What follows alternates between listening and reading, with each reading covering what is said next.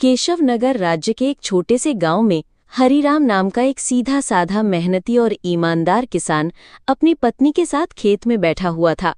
देखना, हमारी फसल इस साल बहुत अच्छी होगी। हाँ, क्योंकि मेरी मेहनत के साथ साथ मेरे खेत की जमीन पर तुम्हारी मेहनत का पसीना भी शामिल है अर्चना। हाँ, नहीं, सारे गांव में केवल तुम ही मेहनती और ईमानदार हो। तुम्हारे पास जमीन तो कम है, लेकिन तुम्हारा दिल बहुत बड़ा है। कुछ देर बाद दोनों पति पत्नी घर चले गए।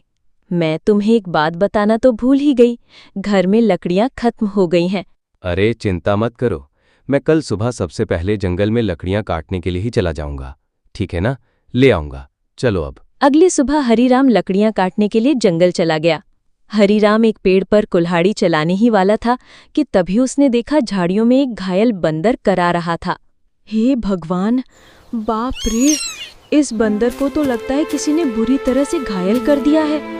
जरूर किसी जंगली जानवर ने इसके ऊपर हमला किया होगा। बताओ भला, बेचारे का हाथ खून से भरा हुआ है। ओहो हो। हरिराम बंदर के पास बैठा था। काश तो बोल सकता, तो बता सकता कि तेरी तकलीफ कहाँ है। फिलहाल तो तेरे हाथ में खून दिख रहा है, लेकिन जिस तरह से तू दर्द से तड़प रहा है ना, बाप रे, तकलीफ तो कहीं और ही है। उसी समय वहां एक साधु आ पहुंचा।